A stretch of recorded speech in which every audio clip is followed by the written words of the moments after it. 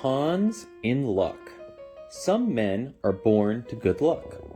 All they do or try to do comes right.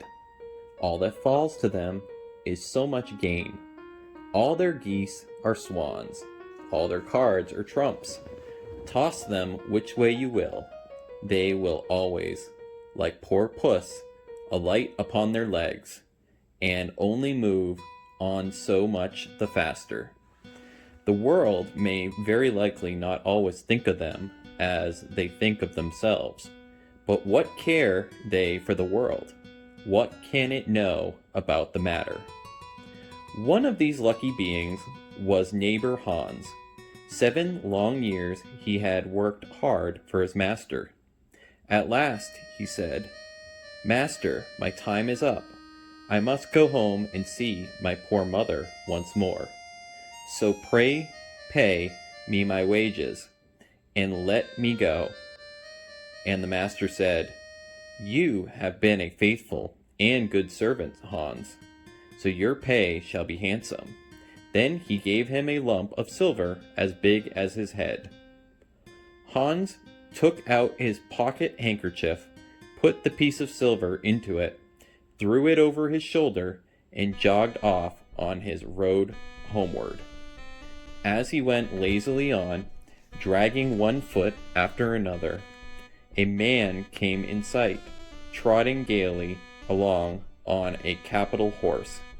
"Ah," said Hans aloud, "what a fine thing it is to ride on horseback.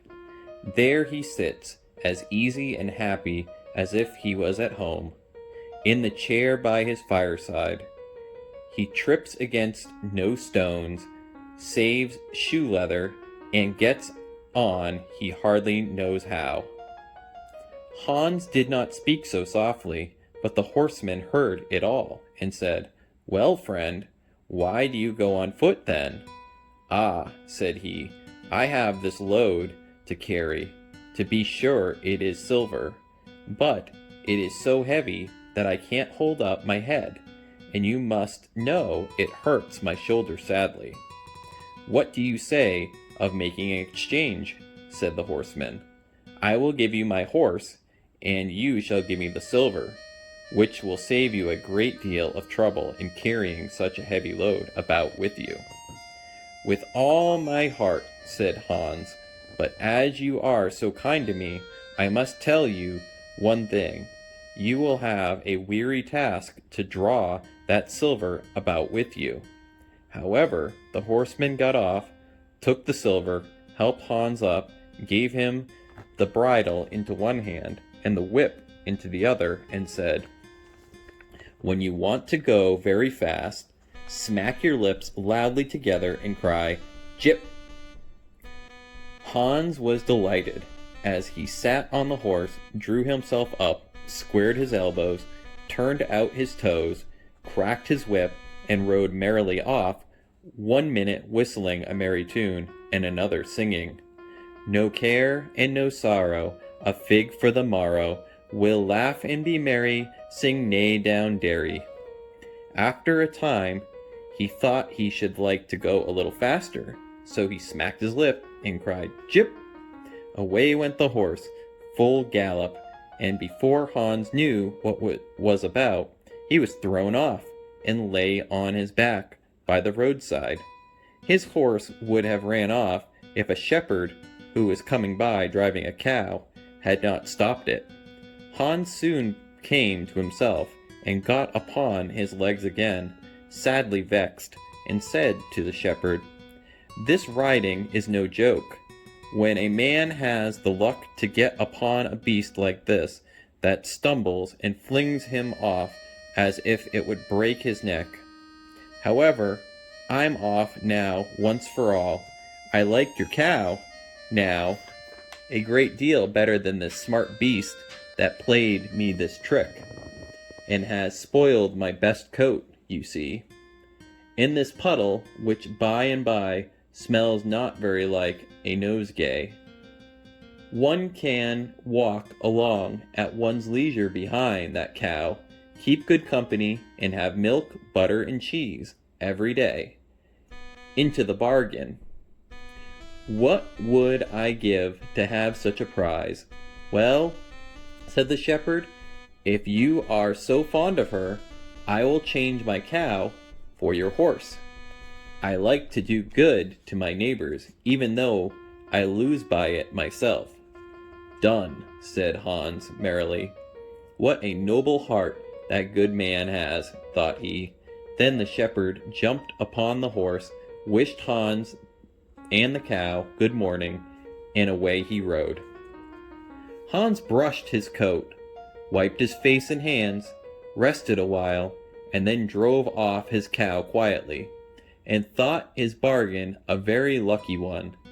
If I have only a piece of bread, and I certainly shall always be able to get that, I can, whenever I like, eat butter and cheese with it, and when I am thirsty, I can milk my cow and drink the milk. And what can I wish for more? When he came to an inn, he halted, ate up all his bread, and gave away his last penny for a glass of beer. When he had rested himself, he set off again, driving his cow towards his mother's village.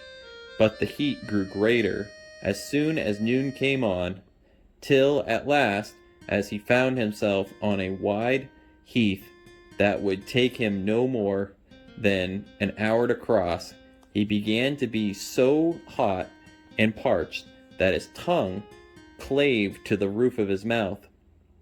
I can find a cure for this, thought he. Now I will milk my cow and quench my thirst. So he tied her to the stump of a tree and held his lantern cap to milk into it.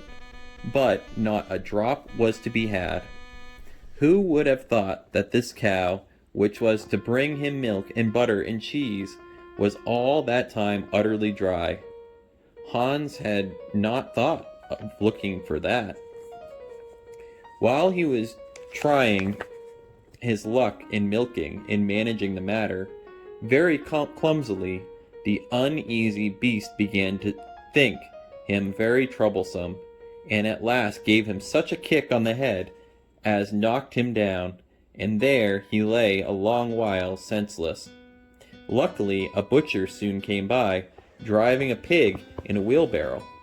"What is the matter with you, my man?" said the butcher, as he helped him up. Hans told him what had happened, how he was dry and wanted to milk his cow, but found that the cow was too dry. Then the butcher gave him a flask of ale, saying, "There, drink and refresh yourself. Your cow will give you no milk.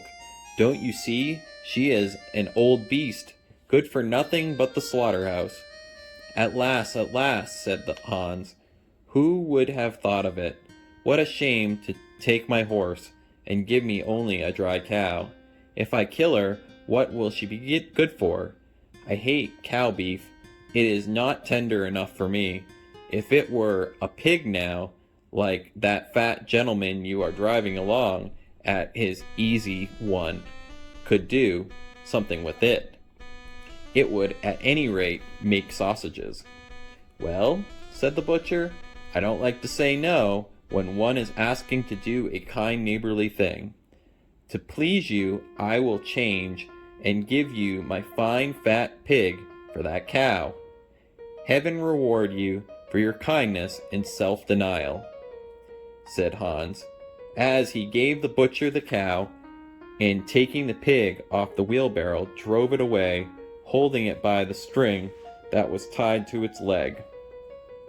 So on he jogged, and all seemed now to go right with him. He had met with some misfortunes, to be sure, but he was now well repaid for all. How could it be otherwise with such a traveling companion as he had at last got? The next man he met was a countryman carrying a fine white goose. The countryman stopped to ask what was o'clock. This led to further chat, and Hans told him all his luck, how he had so many good bargains, and how all the world went gay and smiling with him. The countryman then began to tell his tale, and said he was going to take the goose to a christening. "Feel," said he, "how heavy it is, and yet it is only 8 weeks old. Whoever roasts and eats it will find plenty of fat upon it. It has lived so well." "You're right," said Hans, as he weighed it in his hands, "but if you talk of fat, my pig is no trifle." Meantime, the countryman began to look grave, and shook his head. "Hark ye," said he, "my worthy friend, you seem a good sort of fellow, so I cannot help doing you a kind turn. Your pig may get you into a scrape. In the village I just came from, the squire has had a pig stolen out of his sty. I was dreadfully afraid when I saw you that you had got the squire's pig. If you have, and they catch you, it will be a bad job for you. The least they will do will be to throw you into the horse pond. Can you swim?" Poor Hans was sadly frightened. "Good man," cried he, "pray get me out of this scrape. I know nothing of where the pig was either bred or born, but he may have been the squire's for aught I can tell. You know this country better than I do. Take my pig and give me the goose. I ought to have something into the bargain," said the countryman. "Give a fat goose for a pig, indeed! 'Tis not everyone would do so much for you as that. However, I will not be hard upon you, as you are in trouble." Then he took the string in his hand and drove off the pig by a side path, while Hans went on the way homeward. Free from care, after all, thought he. That chap is pretty well taken in. I don't care whose pig it is, but wherever it came from, it has been a very good friend to me. I have much the best of the bargain. First, there will be a capital roast. Then the fat will find me in goose grease for 6 months, and then there are all the beautiful white feathers. I will put them into my pillow, and then I am sure I shall sleep soundly without rocking. How happy my mother will be! Talk of a pig, indeed! Give me a fine fat goose." As he came to the next village, he saw a scissor grinder with his wheels working and singing.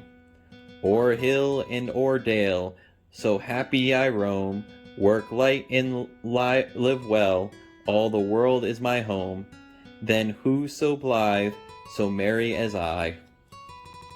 Hans stood looking on for a while, and at last said, "You must be well off, Master Grinder. You seem so happy at your work." "Yes," said the other, "mine is a golden trade. A good grinder never puts his hand into his pocket without finding money in it."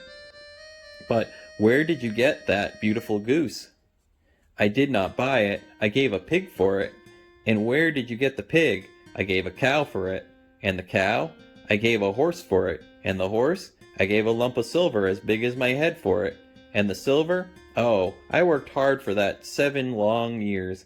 You have thriven well in the world hitherto," said the grinder. "Now, if you could find money in your pocket whenever you put your hand in it, your fortune would be made." "Very true. But how is it that to be managed?" "How? Why, you mustn't turn grinder like myself," said the other. "You only want a grindstone. The rest will come of itself. Here is one that is but little and worse for wear. I would not ask more than the value of your goose for it. Will you buy?" "How can you ask?" said Hans. "I should be the happiest man in the world if I could have money whenever I put my hand in my pocket. What could I want more?" "There's the goose, now," said the grinder, as he gave him a common rough stone and lay by his side. "This is a most capital stone. Do but work it well enough, and you can make an old nail cut with it. Hans took the stone and went his way with a lighter heart. His eyes sparkled with joy, and he said to himself, "Surely I must have been born in a lucky hour. Everything I could want or wish for comes of itself. People are so kind. They seem really to think I do them a favor in letting them make me rich and giving me more good bargains." Meantime, he began to be tired and hungry too, for he had given away his last penny in his joy of getting the cow. At last he could go no farther, for the stone tired him sadly, and he dragged himself to the side of a river, that he might take a drink of water and rest for a while. So he laid the stone carefully by his side on the bank, but as he stooped down to drink, he forgot it, pushed it a little, and down it rolled plump into the stream. For a while he watched it sinking to the deep, clear water, then sprang up and danced for joy, and again fell upon his knees and thanked heaven, with tears in his eyes, for its kindness in taking away his only plague, the ugly, heavy stone. "How happy am I!" cried he. "Nobody was ever so lucky as I." Then up he got with a light heart, free from all his troubles, and walked on till he reached his mother's house and told her how very easy the road to good luck was.